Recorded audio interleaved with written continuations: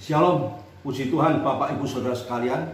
Jikalau pada pagi hari ini kita boleh kembali bangun dengan tubuh yang sehat, mari sebelum kita mulai acara kita pada pagi hari ini, yaitu Renungan Manarema, mari kita buka di dalam doa. Kami bersyukur padamu ya Tuhan, atas kasih kemurahan dan pertolongan Tuhan, kami boleh beristirahat sepanjang malam, kami boleh tidur dengan nyenyaknya. Saat ini kami boleh dengan bangun kembali dengan tubuh yang sehat. Mari Tuhan bekali kami dengan kebenaran firman-Mu, agar setiap langkah aktivitas kami yang kami mulai dari pagi sampai malam nanti, semuanya hanya di dalam pimpinan, pertolongan dan penyertaan-Mu. Terima kasih Bapa di surga, di dalam nama Tuhan Yesus kami sudah berdoa. Haleluya, amin. Shalom Bapak Ibu Saudara sekalian. Pada pagi hari ini kembali kita mau periksa kebenaran firman Tuhan sebagai bekal bagi aktivitas kita dari pagi hingga sampai malam nanti. Karena kami tahu di luar Tuhan kami tak mampu berbuat apa-apa. Firman Tuhan pada pagi hari ini dengan tema kebangkitan. Bapak Ibu Saudara sekalian, 2 hari yang lalu kita baru memperingati hari Paskah, yaitu hari kebangkitan Tuhan Yesus. Kemenangan Tuhan Yesus atas segala kejahatan. Kemenangan Tuhan Yesus atas segala sesuatu yang ada di muka bumi ini.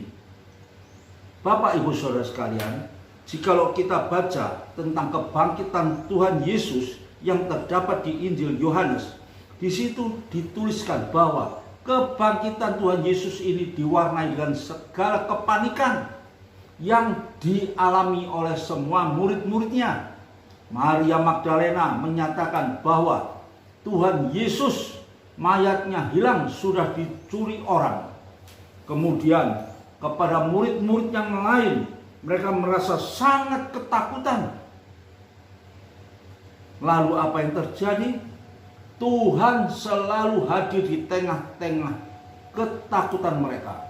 Tuhan selalu hadir di tengah-tengah kepanikan mereka.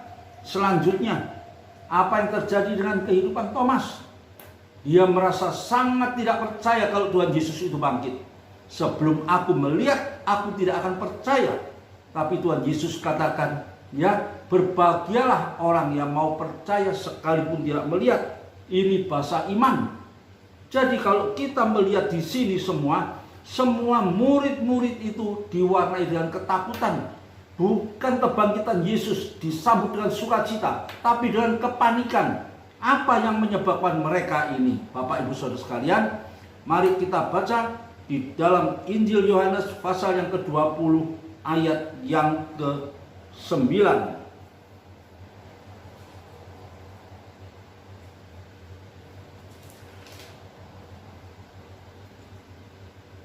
Sebab selama itu mereka belum mengerti isi kitab suci yang mengatakan bahwa Ia, yaitu Yesus, harus bangkit dari antara orang mati.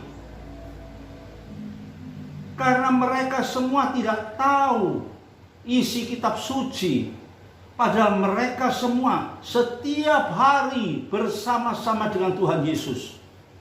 Lebih kurang 3 tahun mereka sudah bersama-sama dengan Tuhan Yesus di dalam pelayanannya. Mereka sudah mengenal secara pribadi.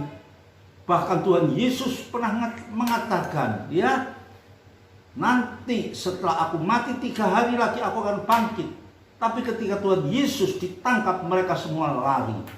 Ketakutan, bahkan kebangkitannya membawa kepanikan bagi mereka semua. Mari kita baca di dalam Injil Yohanes pasal yang ke-11 ayat yang ke-25 dan ke-26. Tema firman Tuhan pada pagi hari ini yaitu kebangkitan. Akulah kebangkitan dan hidup. Barang siapa percaya kepadaku, ia akan hidup walaupun ia sudah mati. Dan setiap orang yang hidup dan yang percaya kepadaku tidak akan mati selama-lamanya. Percayakah engkau akan hal ini? Bapak, Ibu, Saudara sekalian, di sini Tuhan Yesus sendiri menyatakan, akulah kebangkitan dan hidup. Barang siapa percaya kepadaku, ia akan hidup walaupun ia sudah mati. Inilah satu pernyataan yang sudah Tuhan Yesus nyatakan sendiri. Setiap orang yang hidup dan percaya kepadaku, dia tidak akan mati selama-lamanya. Berarti orang yang percaya kepada Yesus akan memperoleh satu kehidupan yang kekal. Orang yang percaya kepada Yesus akan memperoleh jaminan untuk hidup kekal di rumah Bapa di surga yang mulia. Hari ini kita masih merasakan nuansa Paskah, makna Paskah yang baru kita rayakan 2 hari yang lalu masih melekat di hati dan pikiran kita. Masihkah kita ingat apa yang dikatakan oleh Tuhan Yesus? Akulah kebangkitan dan hidup.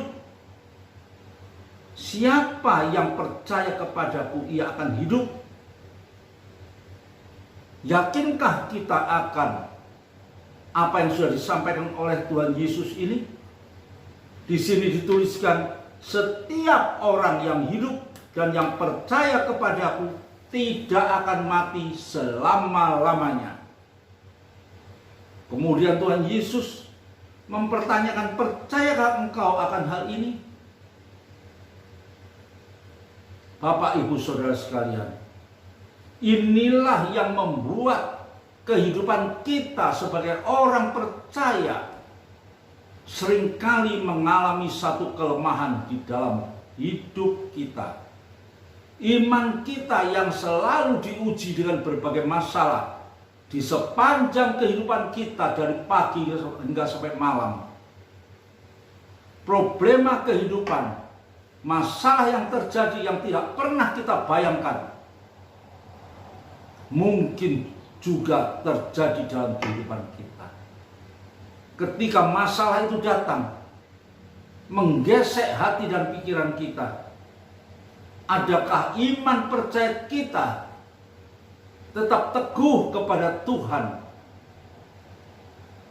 Bahwa Tuhanlah yang mampu menolong, Tuhanlah yang mampu memberikan kekuatan, kebangkitan atas segala permasalahan kita.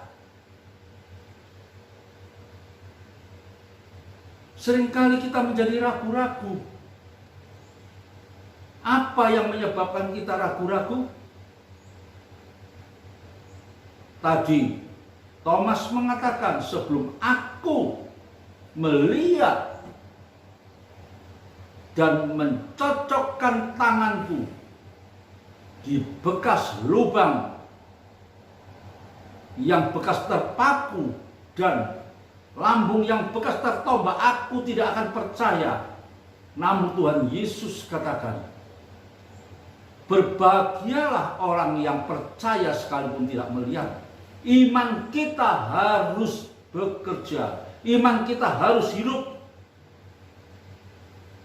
sehingga setiap firman yang Tuhan berikan kepada kita benar-benar dapat kita terima dengan sepenuh hati, dengan segenap hati dan pikiran kita, agar kita selalu ingat apa yang Tuhan berikan kepada kita, apa yang Tuhan pesankan kepada kita.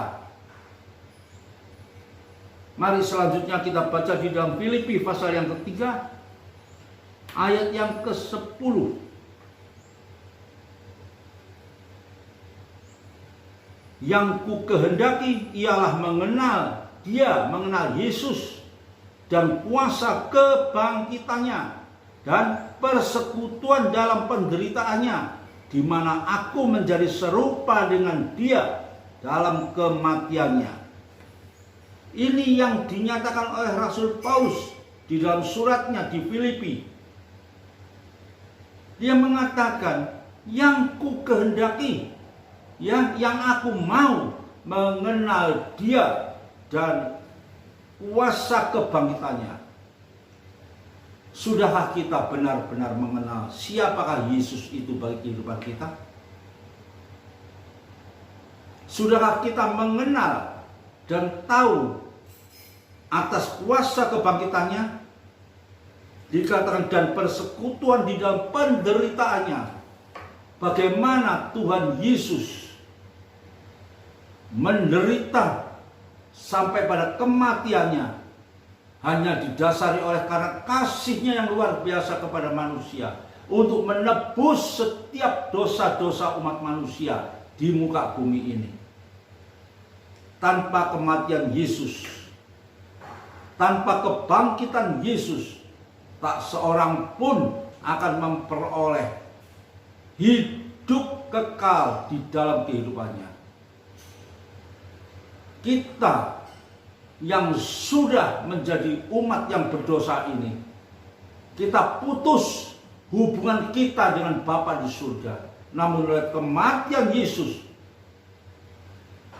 tirai itu dibukakan kembali sehingga kita memiliki hubungan dengan Tuhan secara langsung. Dibukakan kembali lewat pengampunan yang diberikan oleh Tuhan Yesus lewat kematiannya di atas kayu salib. Kita tahu betapa hebatnya, betapa kasihnya Tuhan itu kepada kita. Mengapa hal ini dilakukan? Hal ini diberikan oleh Bapa di surga karena Bapa tahu kita manusia tidak bisa melepaskan dosa-dosa kita ini sendiri. Tanpa kematian Yesus di atas kayu salib, kita tak dapat melepaskan segala belenggu dosa yang mengikat dalam kehidupan kita. Karena itu jika pada hari ini hati kita masih diwarnai dengan makna Paskah yang baru kita rayakan 2 hari yang lalu, kita patutlah bersyukur, berterima kasih atas segala karunia Tuhan yang diberikan pada kita. Firman Tuhan mengatakan di dalam perumpamaan pokok anggur, di luar Tuhan kamu tak dapat berbuat apa-apa. Namun di dalam Aku, apapun yang kamu inginkan, maka kamu akan menerimanya. Itulah bukti pemeliharaan Tuhan selama kita di dunia. Bahkan yang terlebih penting, Tuhan memberikan pengharapan yang kekal bagi kehidupan kita. Dosa kita diampuni. Hidup kekal diberikan pada kita. Hingga kita boleh memiliki hidup setelah di dunia ini ada satu kehidupan yang penuh sukacita, hidup kekal di rumah Bapa di surga yang mulia. Itulah makna Paskah yang diberikan pada kita, satu anugerah yang luar biasa. Ketika kita masih dalam keadaan berdosa, Tuhan sudah mau berkorban untuk menebus dosa-dosa kita. Tidak ada satupun manusia yang dapat melakukan ini. Di dunia ini tidak ada satupun. Tapi kita harus ingat bahwa kasih Bapa itu luar biasa. Sehingga Bapa memberikan anak yang tunggal, Yesus Kristus, untuk menebus dosa saudara dan dosa saya. Nikmatilah anugerah Paskah dengan penuh sukacita, membangkitkan iman percaya kita kembali kepada Dia yang sudah mengasihi kita, yang rela berkorban, mati di atas kayu salib, dan bangkit untuk membuka tirai penyekat antara manusia dengan Bapa di surga. Inilah anugerah Tuhan yang luar biasa, yang perlu kita selalu ingat di dalam hati dan pikiran kita, agar kita boleh hidup lebih hari lebih mengasihi Dia, lebih hari lebih memuliakan Dia. Karena Dia, Yesus, sudah berbuat sesuatu yang indah. bagi setiap kehidupan kita orang percaya. Mari kita berdoa. Terima kasih Bapa di surga atas kasih karunia-Mu yang luar biasa pada pagi hari ini. Firman-Mu mengingatkan pada kami bahwa Tuhan Yesus adalah kebangkitan dan hidup yang mampu menyertai, menolong, memberikan pengharapan bagi kehidupan kami ke depan. Dia sudah bangkit dari kematian, yang membuka tabir hubungan kita dengan Bapa di surga sudah dipulihkan kembali. Terima kasih buat cinta-Mu, terima kasih buat pengorbanan-Mu, terima kasih buat penyertaan-Mu di sepanjang kehidupan kami. Mari Tuhan meteraikan firman-Mu yang singkat namun sangat indah pada pagi hari ini di dalam hati dan pikiran kami, hingga firman ini boleh selalu menjadi kekuatan, menjadi pegangan, dan menjadi pengharapan di dalam kehidupan kami pada akhir zaman ini.